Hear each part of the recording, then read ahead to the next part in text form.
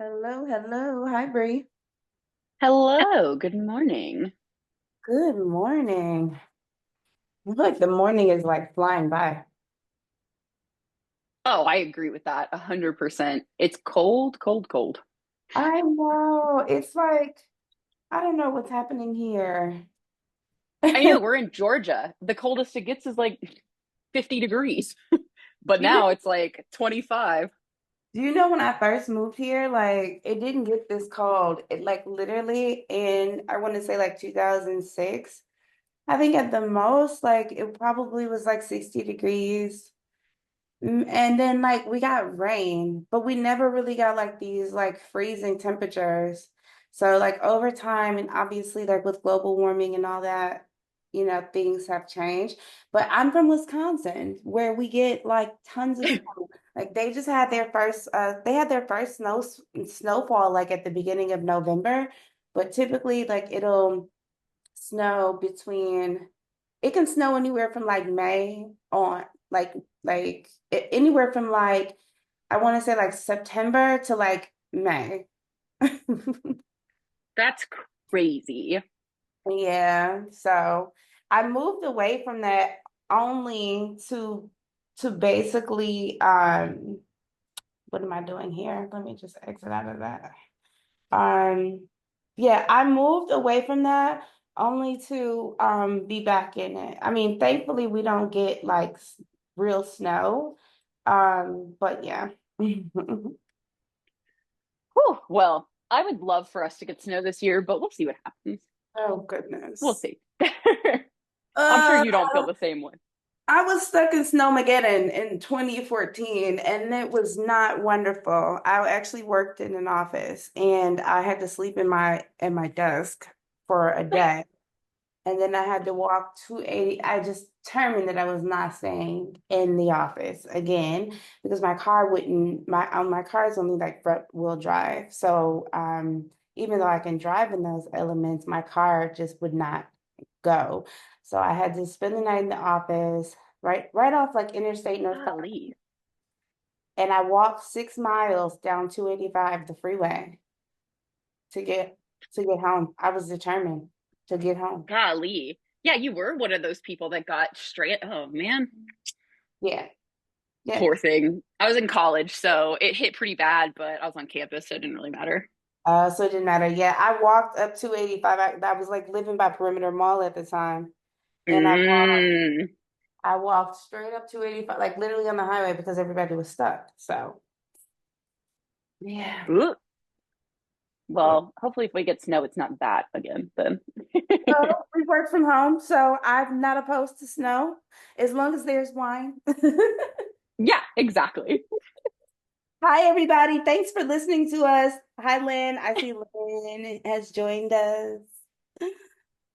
Um, Yeah, everybody who's listening to this that is like anywhere outside of the Southeast is probably like, these girls complaining about nonsense weather. because I think Lynn, you're on the East Coast, right? Let's see. Let's allow Lynn to talk. Are you there? Yeah. Morning. Morning. You're on the East Coast, right? I am. I'm just outside of Boston. Oh So yeah. This is when nothing. we get snow, we get real snow, what they call Yeah. nor'easters. But, Yeah. it does all depend upon, what you're used to and your city has the infrastructure to handle. Because I know out in Seattle, the same thing happens. They get an inch of snow and they're just at a standstill. Yeah, and you would think over time because we've gotten like so many snowfalls here that like we would have the infrastructure, but we don't. And I always laugh Lee, because like up north and in the Midwest, we usually put down salt on the roads. Right. And here they put sand. What? Sand? And they Strange. wonder why everybody's like sliding around. So, Yeah, yeah. it can give you some traction, but it won't melt it. And, if the snow is or rain or freezing rain or whatever is falling fast enough, it just doesn't help. That particular storm that you were talking about, did that turn to ice as well? Or Yep, was it it just turned, snow?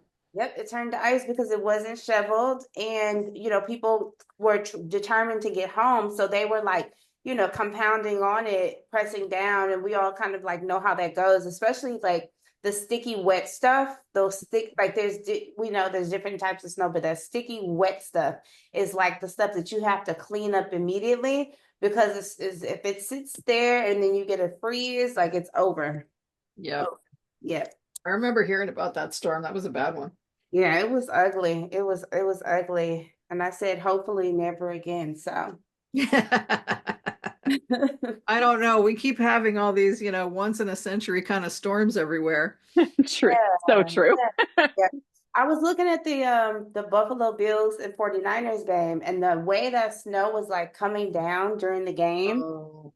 See, I'm originally a New Yorker. I come from New York State, and that phenomenon that they call the snow belt, where the snow comes off the Great Lakes, Yeah. it's real. So I grew up around the Albany area, which is right at the end of that snow belt. Yeah, yep. So in Wisconsin, we are right beneath Canada. So we Mhm. get like all the cold stuff, like all the winter, the real like winter stuff. So yeah. All right. Well, I guess we Joys should of probably, winter. what'd you say? The joys of winter. I know, right? Well, I guess we should probably get to work. Hi, everybody. Thank you so much for joining Sugar Market Academy and bearing through our discussions about winter. I'm pretty sure a lot of you on this call have experiences with winter storms and phenomena. So thanks for bearing with that. That's today's topic. Yeah. But it's not today's topic. However, we do have something good for you. So we have Bree, we have James here, and we will be discussing which lists are right for you. So the session is recording already. Bree, I will let you go ahead and take it away. Awesome. All right. Well, hi, everyone. Thank you so much for attending. So, like Shara said, today we're going to be discussing which lists are right for you. So, as you guys know, because you've been using Sugar Market, hopefully, and that's why you're here, there are a lot of different list types that we have in Sugar Market, and a lot of them have very similar names. So, I know that you get that feeling when you get into the system and you have a little mini panic and you're like, what is the best type of list to use? Like, Bree or my, consultant told me that there's 4 different list types I can choose from, and now I'm completely lost because there's too many options. So in this webinar, we're going to kind of walk through these different list options for you. I'm going to give you a little sneak peek on how to create these different types of lists. And then we're going to talk about how do you determine which one you use? Like, what the heck? There's too many options. So let's break it down for you. So getting started, here's our agenda. We're going to start with some introductions, which I'll get to in a second. Then we're going to go through our primary list types and talk about how to set those up. Then we're going to go through our additional list types, which is another little special type of list that we have in market.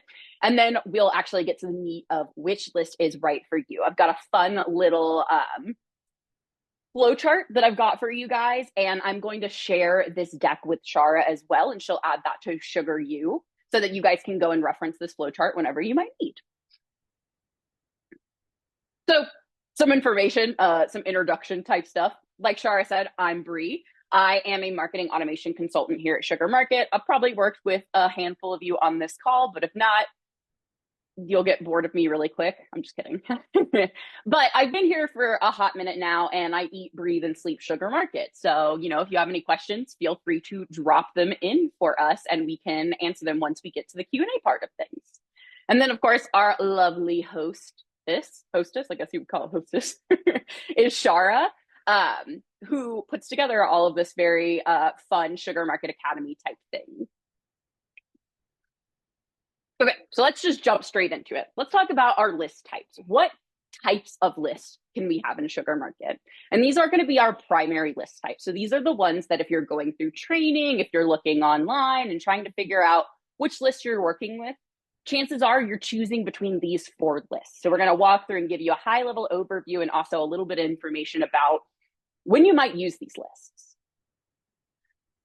Oh, well, I got ahead of myself, but what are my list options? So lists, first off, are going to allow you inside of your email campaigns and inside of your nurtures to add include or exclude information. So include the people you want to send to and exclude the people that you want to keep out of the campaign. So Sugar Market, funny enough, it says Sugar Market has 3 primary list types. I can't count. I went to liberal arts school, so we're going to blame it on that. It's 4 primary list types. Apologies for that. So you can select the right option that's going to work best for you. The cool thing about Sugar CRM in general, or any other CRM that maybe can connect with Sugar Market, is that we have the ability to kind of customize our CRM and our data how we want to. So we want to make sure that we choose the list type that work best for these customizations. We want to work with what we've got rather than work around. So the primary list types that we're going to talk about are distribution lists, dynamic lists. This is where it gets confusing, I know. A dynamic distribution list, because the names are a little smushed together, and then a preference list. So first thing we're going to talk about is a distribution list. A distribution list is the first type of list that you think of when you think of a list. It is a static list that is usually created in some manual way. More than likely, it's going to be created from import, but they can also be created through manual adding people, going into their records and adding them in, or through automated actions. So things like nurtures, lead scoring form actions, listeners, all of those kinds of things in Sugar Market are going to allow you to drop people into distribution lists. So again, these lists are completely static. This list will never change unless you go in and physically change it. You put me on this list, and as long as I'm not removed from the system and 10 years go by, I'm still going to be on this list unless you go in and manually remove me. So these lists are usually going to be best for when your data is coming from an external source outside of Sugar Market or your CRM. So this is coming from somewhere, maybe you're getting it from a previous marketing automation system, maybe a salesperson is handing you a list. These are for people that don't already exist in your system, and it's going to be easiest to import them into Sugar Market to reach out to them. In addition to that, and this one is kind of a reason that I use it, there's a lot of times, and you're going to see this as we go through dynamic list options, where your lists are going to be created by grouping people together by like common fields. Everybody who's located in the United States, these people all share things in common. But what happens if these people don't share anything in common, but you still need to group them together? This is another good way that you'll use this list. These people have nothing in common. You might as well throw them onto a master Excel spreadsheet and then import them into the system so that you can have them all grouped together moving forward. Okay, so the second type of list that we have in Sugar Market is a dynamic list.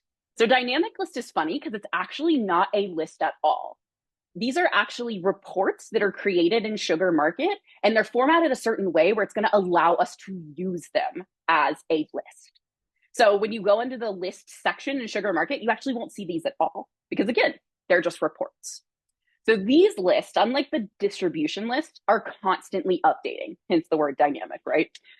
So pretty much you can set them up one time and you never have to touch them again. As people meet the criteria outlined on your list, or outlined on your report, I should say, they will automatically be added to that list.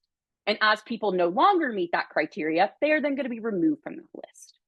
You can create these using any of the fields that you have on any of the tables that you have in Sugar Market that came down to Sugar Market.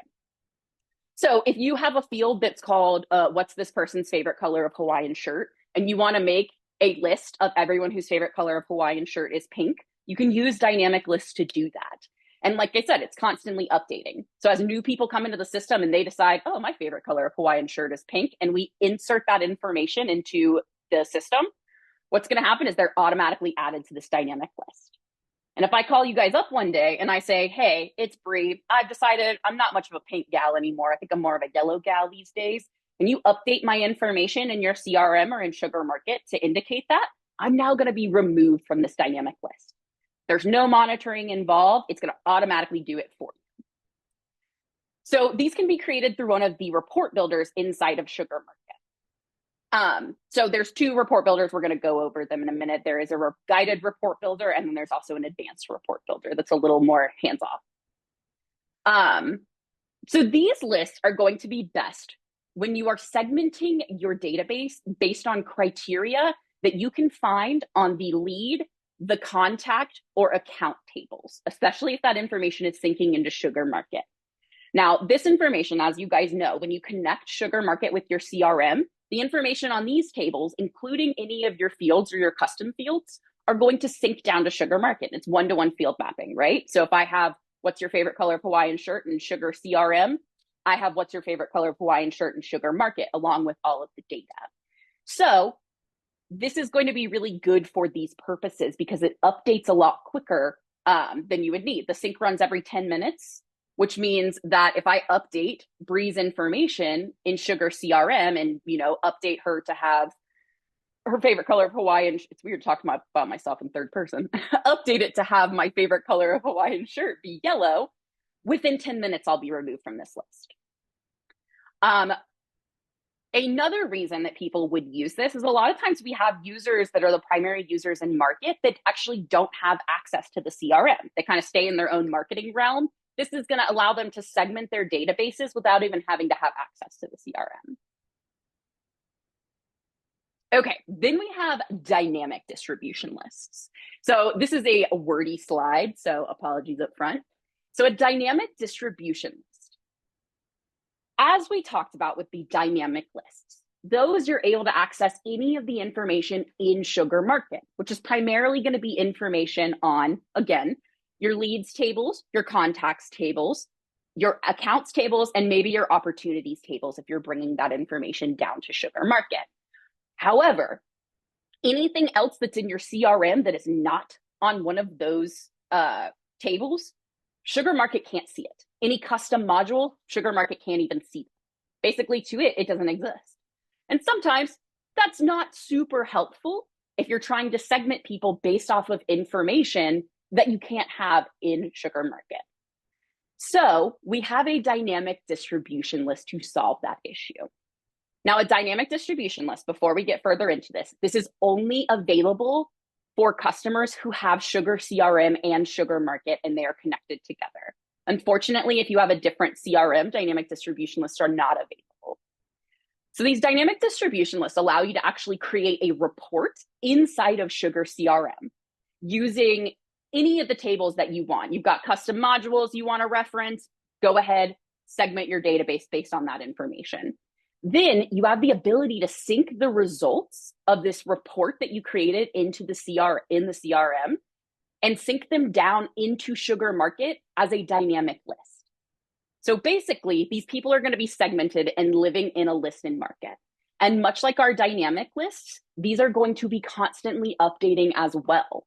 So if someone all of a sudden meets the criteria of whatever is outlined in the Sugar CRM report, that person is also going to be added onto that list in SugarMarket because it's going to be constantly updating and keeping up. The sync runs every 1 hour, which is why I mentioned when it comes to the dynamic list, when you're creating things on lead, contact, account, it's better to do that directly through SugarMarket dynamic lists because those update every 10 minutes as opposed to these, which update every hour. So these are going to be best for the obvious when you are segmenting your database based on criteria that is not accessible through SugarMarket, custom modules or custom tables primarily. So a great example of this is if you're wanting to create a list based on revenue line items or products, a product table you may have inside CRM. This allows you to create a list, a dynamic list on the CRM side, checking for all records that meet a certain criteria for a revenue line item or product, and then they're automatically added into a list ready to use and send an email to via SugarMarket. Exactly. And we actually will go through an example just like that in a little bit. So thank you for that. Okay. Then the last list of my 3 primary lists, because apparently I can't count, the 4th list is a preference list. So a preference list is going to allow us to segment our database based on someone's email subscription preferences. So this isn't really grouping people together based on criteria that they meet as much as it is based on what they've opted in and out of in SugarMarket. So as you guys probably know, we had a SugarMarket Academy webinar a little while back about preference centers. So I definitely recommend going and checking that out because it ties in heavily with this. But basically, you have the ability to create lists and make them available on your unsubscribe page. And these are going to be lists that people can opt in and out of different topics that you're sending emails about, rather than just opting out of all communications. Because they opt out of all communications, we can't email them anymore. So what's the best way to stop them from doing that? Give them options of things that they can opt out of. So for example, newsletters, business updates is a really common one, as well as like things like special offers. And you can customize these however works with your business. So recipients can actually be added to these lists in a multitude of different ways. So they can add themselves in via your unsubscribe page / preference center. They're the same thing. They can add themselves in that way. And that's going to be the most common way people are going to be into these kinds of lists. You can also import people into these lists from files. You can manually add them. You can actually take one of the distribution lists that we talked about on the first list type and have them automatically import directly into a preference list, or you can have listeners add them in. So these lists are going to be best used when including people who have opted in for specific communications or excluding people who have opted out of specific communications. So for example, you're sending a newsletter. You want to send it to everybody who has opted in to your newsletter option. You can use that to then send this email to those people. And then same thing, if you're sending an email out and you want to exclude anyone who has opted out of receiving the newsletter, use this as an exclude list, and you're going to be able to actually configure whether or not you're talking about your opt-ins or your opt-outs. And yeah, everybody should have a preference list. That's what I believe, because that just means that you're allowing the user at the other end, the lead, the contact, the record, the person to have the power to control their own preferences of what they want to receive from you. And then again, it then makes it easier for your marketing team to then just easily segment, and they've already got a list ready because other people on the other end, the recipients, are controlling what they're receiving. Exactly. Awesome. Okay, so those are our list types. Let's talk about how to set up some of these lists. So this is going to be a little more fun because I'm actually going to bebop around between our PowerPoint and then in SugarMarket, because of course you guys want to see it live and in action. So let's cover the basics on getting these lists ready to use. So let's first talk about distribution lists. Again, these are the static lists that are often created by importing into the system or created manually. So there are some prerequisites that you need to meet before being able to use a distribution list, specifically when you're importing a list into the system. The first thing is that your file must be either a CSV file or a Microsoft Excel file. We typically recommend going with a CSV file because the import wizard, as we like to call it, is not a big fan of formatting on documents. So the CSV is going to automatically remove any formatting you might have.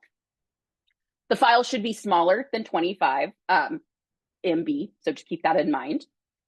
The one thing that is probably the most important for these files that you're going to import, you have to have the email address. If you don't have the email address, SugarMarket is even going to look twice. It's going to immediately tell you, I cannot import this information. And the reason being is because SugarMarket recognizes everything by the email address. It's a marketing system. So we're sending emails. If we don't have an email, they're not really useful for us. And then the last thing, this is kind of something that I personally recommend, remove any of the columns from your document that you do not want to import. It'll just slow things down if you leave them on there. There is an option to choose do not import when you're importing, but why even consider that if you can just delete them from the document before importing? So some things to remember before we get into our demonstration. SugarMarket will always recognize everything by email address. So like I mentioned before, however, it will also not create duplicates. SugarMarket will do everything in its power to never create a duplicate record for you. So what I mean by that is if you're importing a list, and let's say that you already have a record in SugarMarket for bbridges@sugarcrm.com, and then the list that you're importing has bbridges@sugarcrm.com listed on it. What's going to happen is instead of SugarMarket creating a new record, it's simply going to take my existing record and drop me onto the list that you're trying to make. So another thing to keep in mind, and we'll talk about this as we go through everything, by default, well, I'll just show you the demonstration and we'll talk about this during the demonstration. So let's hop into our demonstration. So we've got SugarMarket pulled up, but really for distribution lists, we are going to be focusing more on our Excel file to start off with. So here we have an Excel file of test data. You can judge my test data all you want. It's put together so thoughtfully. And you can kind of see the way that Sugar Market likes to have these files structured. Up at the top, we like to have the columns that are listed of the fields that you're going to be importing. And then, of course, the information listed below that. So as I mentioned, I mentioned that we were going to talk about this, and guess what, we are. So by default, there are two things to remember that will happen for new records created through an import. First, by default, any new records created through import are going to be automatically created as leads. They will not be added as contacts. They will automatically be created as leads. If you would rather them come into the system as contacts, what you can do is add a column onto your report, onto your spreadsheet for CRM type. CRM type is the field that we have in Market that controls whether or not a record is a lead or a contact. Now, keep in mind, this is not going to be an issue if this record already exists in Sugar Market. If we say this bbridges@sugarcrm.com record already exists in Sugar Market and I'm listed as a contact, it's not going to change me to a lead. This is only for brand new records that are created. So for any of the ones that you want to have imported as a contact, you're going to add the CRM type, and then you are going to write the word contact. If it's going to come into the system as a lead, don't worry about filling it in. You don't really have to worry about filling it in because it's automatically going to be a lead. So I'm going to do, we're going to do myself, and then we'll put Ginny as a contact as well. And one thing to remember as well, a lot of customers really will never, this is kind of a rare situation that you'd be importing records into Market, because most customers, we recommend that you're integrated with a CRM on there. It allows you to have the automation and of records coming in. If you're having to import, we're kind of going back to MailChimp or kind of ways possibly where you have to import data in and export data out. We're trying to get away from that part where we can make things dynamic, but this is an option if you need to create, easily import records to create a mailing list. Awesome. Yeah, thank you for that. So the second thing that we always want to remember when we are creating or when we're importing, by default, any new records that are created when importing into the system are going to automatically be assigned to the user who is importing them, meaning the contact owner for the record is going to be you if you're the one doing the import. Now, sometimes that's not a big deal. If the record already exists in the system and the email address happens to be on the import, then it's not going to reassign an owner unless you make it. However, you do have the ability where you can change the owner and determine who they're going to be assigned to directly in this file. So what you're going to do if you want to customize that information, you're going to add a column for owner ID. And then you're going to take the owner ID from Sugar Market for the person you want to assign this record for. And I'll show you where to get that information. So you're going to go into Sugar Market, and up in the top right corner, you're going to choose your user menu. We're going to go to admin, and then you're going to go to users. Now in here in your user menu, you're going to see this user ID. This is the owner ID number that you want to include. So what I'm going to do is I'm going to assign some of these records to my colleague, Viri. She is also a marketing automation consultant, and she's my best friend, so she gets picked on. So we're going to look up Viri and find her user. There she is right there, and her user ID is 119. So we are going to go back to this, and we're going to assign, let's do Jane and Jimmy. So Jane, we're going to do 119. Jimmy, 119. Awesome. When you're done with your document, you are then going to save it, again, as a CSV, or you're going to save it as an Excel file. I recommend CSV. Close it, and then we're going to go back to Sugar Market to import it. So where you're going to go to create this list in Sugar Market, click on your little, you're going to go to the list menu, essentially. It's going to say click on your hamburger menu, go to lists, and then you have the option here for import data. You can also manually create an empty shell of a list to drop people into at a later time if you want, but for today, we're going to import. Select your file that we just created. And then you have these checkboxes. So yes, they've confirmed consent. First row contains column names, and then you can choose whether or not you want to overwrite values when you import these people into the system. All right, and then our next step is going to make sure that our columns are mapped correctly. For this, what we want to do is ensure that all of the columns are mapped to the fields that we want this information to be hosted in inside of Sugar Market. So keep in mind, a lot of this information, you'll probably have these fields that you need to look up. Sometimes it's going to automatically fill these things in. Sometimes they're going to show up as do not import. So what we're going to do is the ones that say do not import, we're going to find the field. So we've got title, account name. You could do account name or company. For CRM type, you're going to type in CRM type, and then it's going to give you a little thing that says it must be set to lead or contact. Any other values will cause issues. So keep that in mind. I also recommend setting this to overwrite. So what overwrite does is essentially if there is somebody in the system that already exists, for example, we've got our bbridges at sugarcrm.com. Now let's say that bbridges at sugarcrm.com already exists in Sugar Market under the name Brianna Bridges. And now you're importing this list, but in this list, we see that my name is listed as Bree Bridges.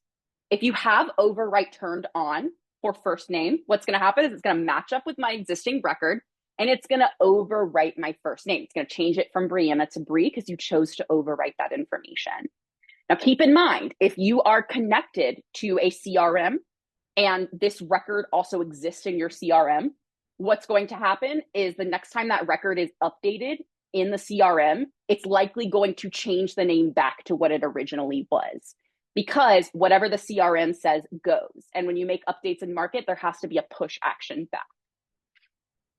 And then for owner ID, we are also going to do owner ID. So the next step here is going to be, what do you want to do with your distribution list? There's 4 different things you can do here. First one, and what we are going to do today, is we are going to create a brand new list to drop these people into. To do that, you're going to enter the list name right here, click create so that it adds it to the add to distribution, and then you click import. You also have the option where if you want to just add these people to an existing list, you can pick a list from the dropdown, one of your existing lists from the dropdown, and click add to distribution. Let me just choose a random one. You also have the option where you can click remove from distribution, and that will remove anybody who is on this file from whatever list that you choose. And then the last option is skip this step entirely and click import contacts, and it just drops these people in the system. They're not on a list though. So then you'll click import, it's going to give you a message, and then once the import is complete, the person who prompted the import will get an email letting them know. It's not like SugarCell where you have to like monitor this screen and don't navigate away or you're going to ruin everything. You can keep going about your business. All right, so that is a distribution list. We're going to go back to our nifty PowerPoint real quick, and we're going to talk about our next type of list. Oh, looky there, I had another slide that I should have used. Now we're going to talk about dynamic lists.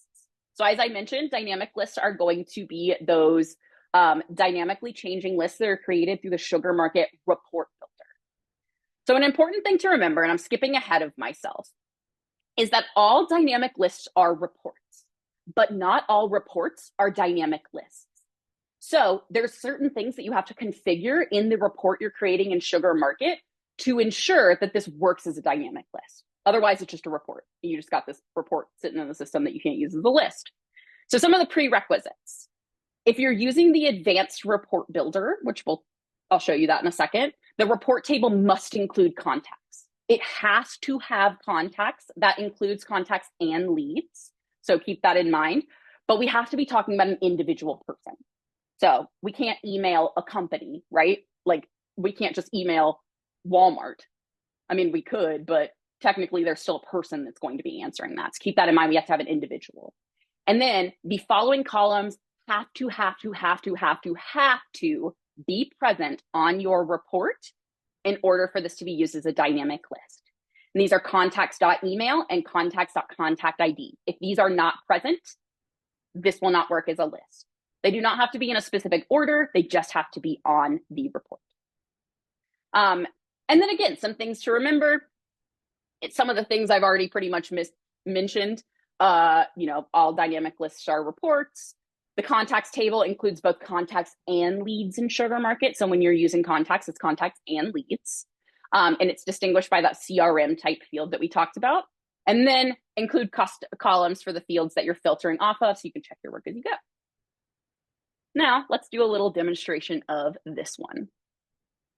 Okay, so like I said, these are actually created as reports in Sugar Market. So you are going to go to Analytics down here, And then you're going to choose custom reports. And this is going to take you into the report area of the system. Now, you can also use the quick create and do, down here, custom report. And that will also take you into the report builder, but it's completely up to you. This way you can come in and actually see all of the ones that you have. So you're going to click create in the top right corner. It's going to give you two options. We are going to use the report builder today, which is kind of like a guided report builder. It's a little easier. However, the advanced report builder is also an option. This one is good when you're trying to take into account things outside of maybe the contacts table or the accounts table. Maybe you're wanting to also segment your database based on campaign information or based on web activity or things like that. That's when you would use the advanced reports. But for today, we're going with report builder. All right, first things first, we're going to name our report. Luckily, I pre-wrote the names. So our report, we are going to focus on segmenting our database of people located in Georgia.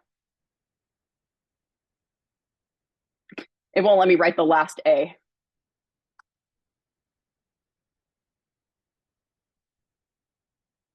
There we go. Okay. And then a description, because as you guys probably know, if you've used Sugar Market, we love a good description. And then you have your marketing section. So since this is going to be a dynamic list, we are going to base this off of our data. Now, this is also a report builder you can use for a lot of other things, but it's really important to, when using dynamic lists, use data, because that's going to give you access to your contacts and leads.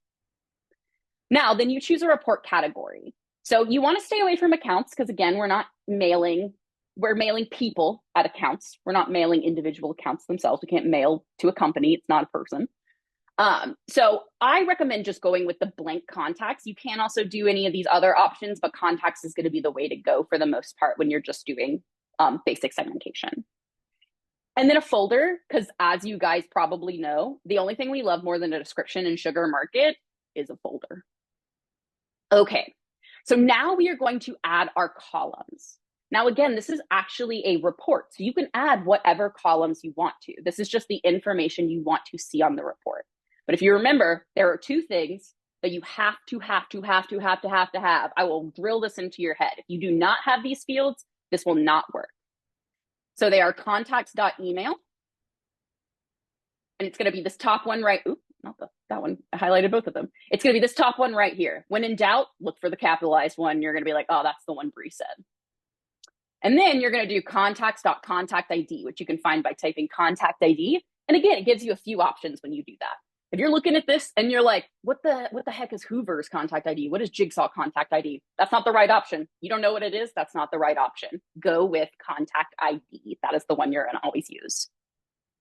Then, like I said, you can add whatever other things that you want to. For me personally, because I'm never really going to go back and look at this report, I usually just add the field that I'm filtering off of so that I can spot check my work as I go.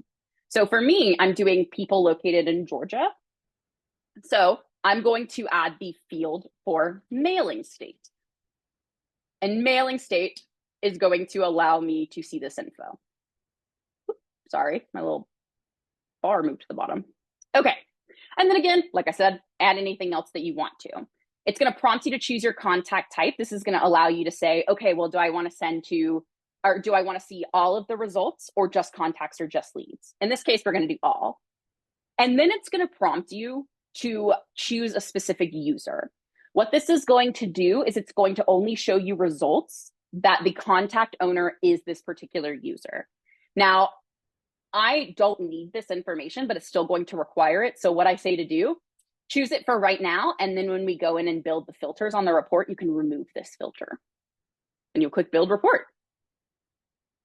Alrighty, so this is the actual report builder. We're going to scroll down. So we've already put our columns in, but that doesn't help us with anything. If I pull this report right now, it's going to show me every single person in the system because I haven't added any filters yet. So we're going to click on the filters tab to add our filters. You can see that the one thing it's showing is contact ID equals Sugar Market syncing user. Again, I'm going to remove that. So we're going to do delete conditions. And now let's add in our filter. So like I said, we want people located in Georgia. So we're going to do add new, and we're going to do mailing state equals GA. Now, here's where the fun part comes in. Let me preface this by saying I love my salespeople. I love salespeople. Although sometimes you guys like to get a little bit crazy with how you enter in data into the system. And I get it, you're moving really quickly. So you never really know if it's going to be listed as GA or Georgia written out. And I want to take into account all of those options. So I am going to use the OR option and add in mailing state equals Georgia spelt out so that I encompass all of these options and make sure that I don't miss any one just because it's entered a little differently. Best practice is to make sure you have a drop down with standard fields, with standard options on there. Then everybody, no matter what they're doing, if they're putting in GA or Georgia, they're not putting in different values into here. So it's consistent. Yeah. Awesome. Yeah, and that is great. Especially using a drop down is definitely helpful, especially for these kinds of reports. Awesome. Okay, so that's what we're going to add. We're going to click save. And guess what? This report is completely set up. This is now a dynamic list that I can use whenever I want to. So you probably want to check your work though, right? Like I have to check everything I do. I'm a high anxiety person. That's just how it goes. So I recommend clicking run report up here to check yourself. First thing I always do is do retrieve record count, because if this says 0, I know I messed up somewhere along the way, but it says 62, so I'm pretty confident. Now you do have the option, normally, it looks like it's disabled in this instance. You do have the option to open this in Excel so you can see the results, but y'all, nobody has time for that. I'm not trying to open up Excel. It takes like 30 minutes to open up and then you just have to, that's too much work. So I recommend using run preview. It only shows you the first 2,000 records, which doesn't matter for this purpose, but it's a good way to just check and see that it's pulling in the correct information. And what we can see, these people are all Georgia or GA. This is set up, boom, we're good to go. So the use case around using reports on here is that not every user that you have in Sugarmarket is going to have CRM access. How can they create dynamic lists on there? So using the report builder on here is a dynamic list builder, which means they don't have to have a user seat for CRM, but they can still create dynamic lists inside Sugarmarket from lead, contact, and account data. Exactly. Also, and I'm sorry, go ahead.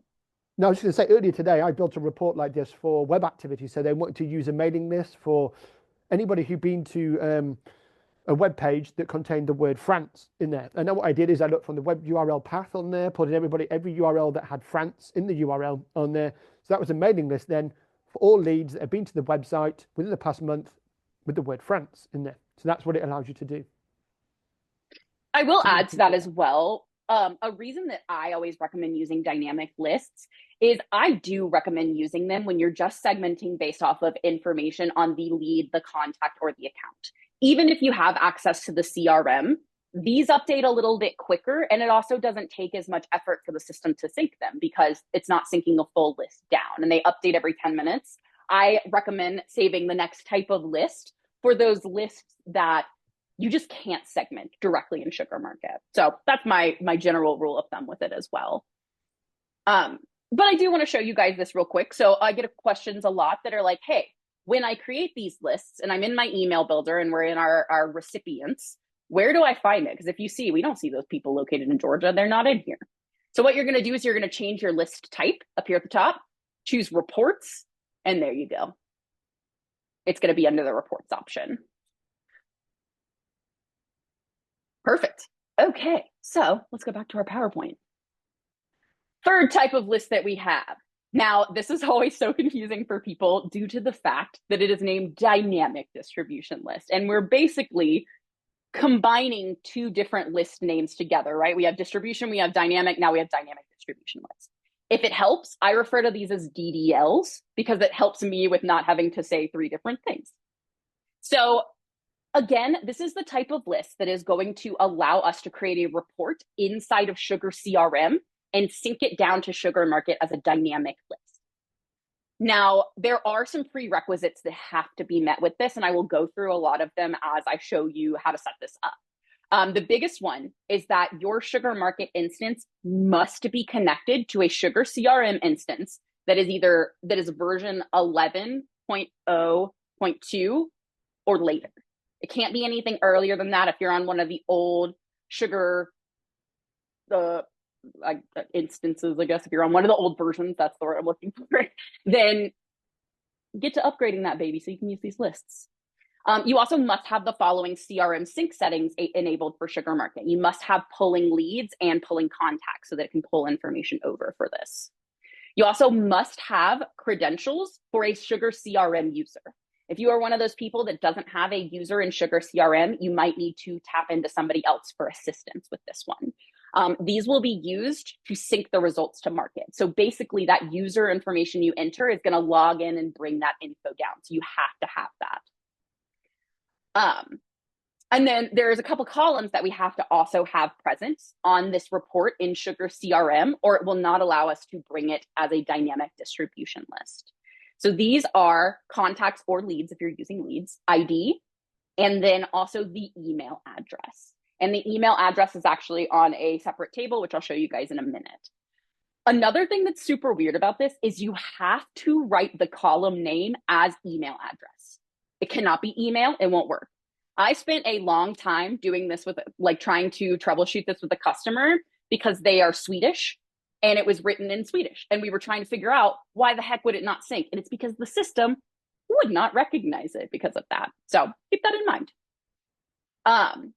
Things to remember, these new results sync over every hour, and Market will actually dedupe records that are on those reports. So if you have the same person appear on your report in CRM like 4 or 5 times, Market will only sync that person over one time. You don't have to worry about that.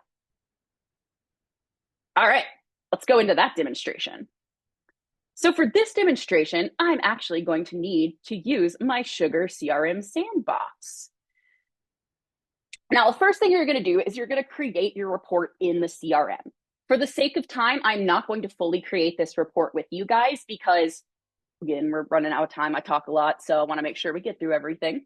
So we are just going to go into a report I already created. But there are a couple important things to note about when you're creating these reports. So first things first, even if you are trying to segment based off of like James mentioned, revenue line items, or you're trying to do based off of opportunities, or even just a random custom module you have. The module in this step where it says select module that you build this report off of has to be either contacts or leads. That it has to be the core module you're building this off of. If you choose a different one, Sugar Market won't recognize it. Because at the core of this, what we're doing is we're just using this information to group people together. Sugar Market can't see this information that you set up, like your filters and things like that. All it can see is the results of the report. So we want those to be individual people. So first thing you're going to do is define your filters. So for me, what I want to do is use a custom module that I don't have access to, not a custom module, a module that I don't have access to through Sugar Market, which is revenue line items. And we got a little, James and I had a little fun with this, and we made little holiday revenue line items because the holidays are coming up. Hey, So I my learned how goal, to create new products. I loved it. yeah, New yeah, products in exactly. CRM. So, essentially, the goal of what we're doing here is we want to create a list of anybody who has purchased any of these, or really who's shown interest in any of these holiday revenue line items. And we only have 2 of them, which are candy canes and Christmas trees. So we're pulling anybody who has an opportunity that has a revenue line item that is going to containing, you know, candy canes or Christmas trees. So when you're trying to filter off of those modules, and this, I recommend going and reading a little bit more about Sugar Reports if you need assistance. It starts on contacts, and you're going to go into these little sub, because these are all the modules related to this. So this is how you're going to get access to those other fields. So then you have the columns that you're going to add. Again, add whatever columns you want to, but there are 2 that you have to have. The first one, contacts ID. You are going to find that by clicking on contacts and then searching for ID, and it will be right there. And then contacts email address, you are going to find that by under contacts, scrolling down, go to email address, click on that, and then the option for email address is here. Anything else you add, totally up to you. I like to add, as I mentioned in the dynamic list, the fields that I'm filtering off of so that I can spot check myself. And then, of course, you name it and all that fun stuff, and then we will save and run and see our results. Awesome. So we have 7 results, but what you see is there's a lot of people who are repeated because I both purchased apparently candy canes and Christmas trees. So of the ones that are repeated, Market is going to dedupe these people. But this is set up and good for us So what we're going to do now is we're going to go back to Sugar Market to create this list in Sugar Market. Also, you may see records on your report in CRM that are not in Sugar Market. And this could be due to sync filters. So maybe you're not syncing those records over. So your report in CRM may show you 100 records, whereas in Market, you've only got 95. Because 5 of those records you're not syncing in due to sync filtering that may be in place. Yes, great point. Awesome. All right, so I'm going to move this out of the way, and we're going to go back to Market. So the way you're going to create a dynamic distribution list, we are going to go back into our lists menu, and you're going to click Create and choose Distribution List. Now, as I mentioned, this is also how you create an empty shell of a distribution list. Now, a distribution list, unlike the DDL, is a static list. This one never updates. So this is basically creating an empty shell of a list. What we're going to do is we're going to change the list type to dynamic distribution list. And this is going to allow us to set up our DDL. Then we're going to put in the name, which I am going to copy and paste from right here. And then, as I mentioned, we love ourselves a good description. Oh, sorry, we love ourselves a good folder also, even better. We'll put that in there, and then we're going to enter a description. There is this option here that says external sync. Don't worry about that. That's a legacy thing. Whether you click it or not, it's not going to do anything. And then you'll click Create. And this is going to take us into a screen that you guys probably aren't super familiar with because, I mean, it's new for us, especially on this call. So first thing that it's going to prompt you for is that it wants a CRM username and password. Now, this is extremely important. This is not your Sugar Market login information. This is the login information for your Sugar CRM user or a Sugar CRM user that has access to this report. If the user does not have access to this report, you're not going to be able to pull it over. So even though, as you guys have probably seen, my user in this instance of Sugar Market is bbridges at sugarcrm.com, my actual CRM user is under admin. So I'm going to enter in those credentials. And then you're going to click Test Connection. And if it gives you the green go ahead, test login was successful, click Save. And then it's going to let me go to the next step. So this stuff is all the stuff we already filled out. Report, when you click on this, is going to let you choose from the list of reports that you have in Sugar Cell that are available to sync as a dynamic distribution list. So ours is up here at the top.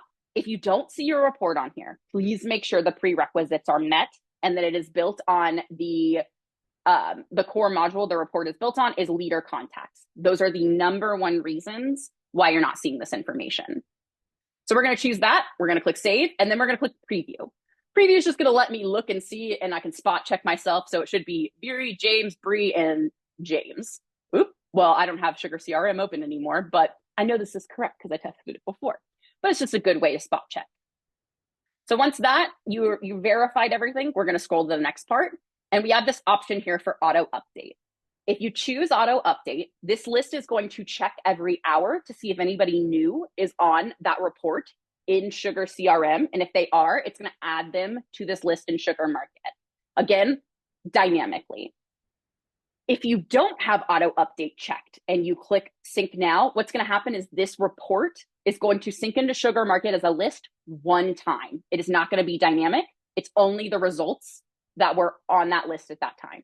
So I usually recommend doing auto update. And then you click sync now, and it's going to show you that the list is currently syncing. When it's done, I'm going to show you an example. You're going to, oh, that's the wrong one. When it's done, you are going to see something that looks a little bit like this, where it's going to list everybody in the report that is put together. So you're going to see the results. And that is a dynamic distribution list. When you want to use this, all you're going to have to do in your email or your nurture builder, set the list type to distribution. It'll do that automatically. You see right here, boom, there you go.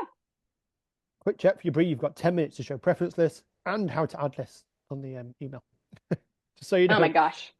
Yeah. Okay, so preference lists. Let's jump into that real quick. That is the next one. Let's go here. Preference lists, again, are the ones that are going to allow people to opt in and out of these options. I'm not going to go through all of this, but essentially there's 2 subcategories for everything: opt in and opt out.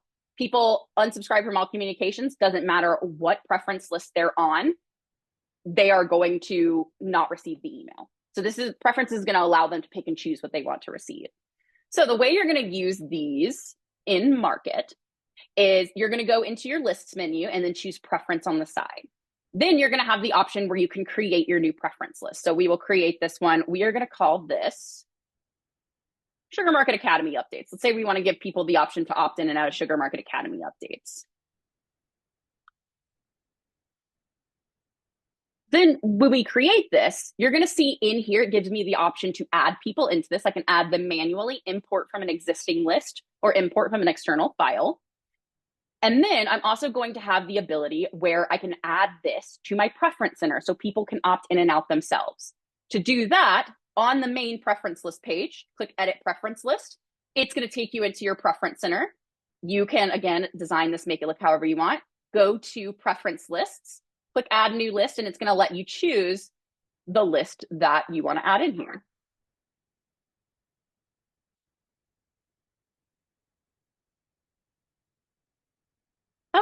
That adds it down there, and then people can opt in and out of it. So that's pretty much how preference lists work. The way that you're going to be able to use them in the email builder is when you're in here, change the, and the nurture builder, apologies, I should have said that too. Change the list type to the option for preference. Then it's going to give you all of your preference list. You can drag to either include or exclude. And when you do, it's going to give you a qualifier. These three little dots right here, your context menu, he's what I call your bestie in Market. Click on that and it gives you the option to choose opt-ins or opt-outs. So if I want to exclude people by opt-outs, I can pull it over there and do exclude. If I want to include people that are opted in, I've got that option here. So preference lists. All right, then we'll speed through. So there's also additional list types, and this is the last one we're going to go over. So the additional list types are going to allow us to basically use previous assets we've created in Sugar Market and have those interactions with those things be the mailing list for our next campaign or our next nurture. So essentially, these are going to allow you to pull things from the campaigns, previously sent emails, landing pages or page conversions, which is going to be landing page engagement, events, and nurtures. And then a lot of these are also going to have qualifiers. So these are really good for when you're following up on a previous engagement from a Sugar Market asset, such as doing things like reaching out to people who didn't open a previous email, or maybe people who registered for an event, things like that. And now I will show you how to use these. Luckily, these are easy, so it won't take long. Okay, so when you want to use something like this, when you click on your list type, you're going to see down below, you have all these different options. You got landing pages, events, campaigns, legacy nurtures, which you'll probably not use very often, and then nurture. So these are all the things you can follow up from. Let's say that I'm following up with people who opened but didn't click on my last email. So I'm going to go to campaigns. I've got this option here for Sugar Market Academy. Drag this over to include or exclude, and then it's going to have a qualifier here. When you click the qualifier, it's going to give you the option to open but didn't click, opened and clicked, did not open, or all past recipients. So super helpful. Most of these all have qualifiers that you can kind of narrow down the assets that you're following up to. And it also helps for exclude lists as well. So let's say that we're sending out a second email and I don't want anybody who received and opened the first one to get the second email. It's a good way to use this as an exclude as well. It's such an easy way. Normally you're thinking, well, I've got to create a list and export data and then import that in of opens and clicks or who attended an event or filled out a form. But actually, it's already right there for you to use. You don't have to build those lists. You just drag the options in and then use the options as Bree just showed to say who you want to send to. Exactly. So let's talk about which list is right for you. And I'm trying to speed through this, so I apologize, guys. So which list is right for you? Now, you could go through all of the things that I just said and, all the questions that I said it's best to use this list when, but I created this handy dandy flow chart that can help you out instead. So first thing we're asking is, are you creating your list by segmenting based on certain criteria? Are you segmenting based on field information? Are you segmenting based on information from your CRM? We're going to go to the yes path first. If yes, then we're going to check, is this data available or has it been synced to Sugar Market? Is it available on leads, contacts, or accounts? If yes, I recommend a dynamic list. If no, let's check and see, is this data available in the CRM? Is the information maybe on a custom module or something we can't access through Market? If yes, we're going to do a dynamic distribution list, our DDLs. But if no, I recommend using a distribution list, because we're going to, the distribution list, of course, the one that you import into the system or create manually, because we don't have that information available for segmentation. So it's going to have to happen outside of the system. Now, going back up to the top, if you aren't creating your list based on certain criteria, are you segmenting it based on recipient email preferences? If yes, then use a preference list. But if no, are you following up from a previous asset? Are you following up from a previous email, previous nurture? If yes, guess what? Use your asset-based list. And if no, use your distribution list, because chances are you have this information probably hosted externally, or you're grouping them together manually. Alrighty, and then I just have some resources included in here for you guys where you can go through and find more information about anything you need. And that's my presentation for you. I know that we possibly have a few questions or something, so but thank you guys. I am wordy as all get out, so I appreciate you sitting through me yammering on and on. Thank you, Brie. Yeah, any further questions? I know there's been quite a few coming in through Q&A. Not here, but any more for any more? Are there any questions? We can take you off mute if you have questions. You can raise your hand and we'll take you off mute. I know we only have about 3 minutes, right? Is that right? About right. Yep. With the question here, Lynn, I'll take you off mute. There you go. I see. What is your actual favorite color Hawaiian shirt, Brie? Oh, 100% pink. I am pink everything all the time. That's why it kind of hurt me to say that it wasn't. I think we already know what Michael's is, but yeah. Lynn has a question, so I've unmuted her.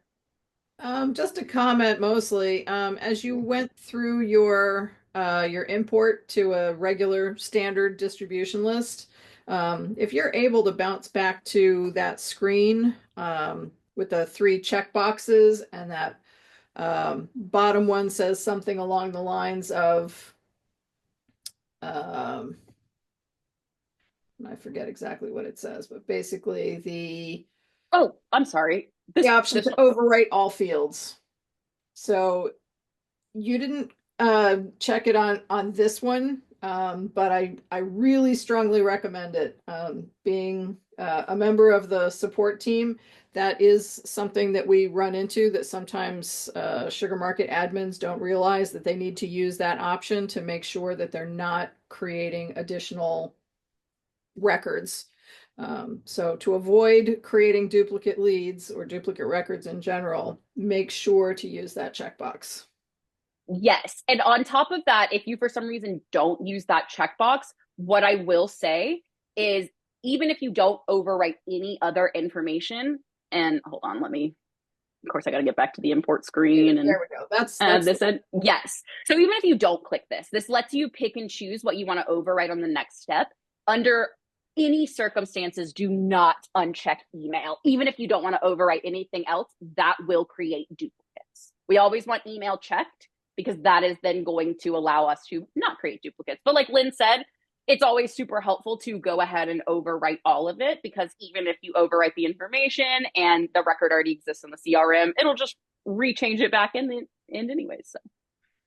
Yeah, we find that people are creating duplicates inadvertently. So I always recommend checking that bottom one. You don't have to overwrite each field, because as you can see on this screen, you can pick and choose per field which ones you might or might not want to overwrite. Awesome. Thank you. Okay. Yeah, thank you guys so much. I really appreciate you guys hanging out, and I will send this information to Shara so she can put it up on SugarU for you, and you guys are welcome to go use a little flow chart whenever you need. All righty. Thanks, Brie. So I just have one more. I'm sorry, James, were you saying something? No, I just said thank you to Brie. Carry on, Char. Awesome. Yeah, so I do have one announcement. Due to the holidays, we will not have Sugar Market Academy in January, but we will resume in February. So when I send out this video or a link to this particular recording, I'll also let that be known as well for those that have left the call early or didn't get a chance to join us. So we will see you back in February, and happy holidays. Yeah, enjoy the holidays. Thank you, everyone. Have a good one. Bye. Take care. Bye. You.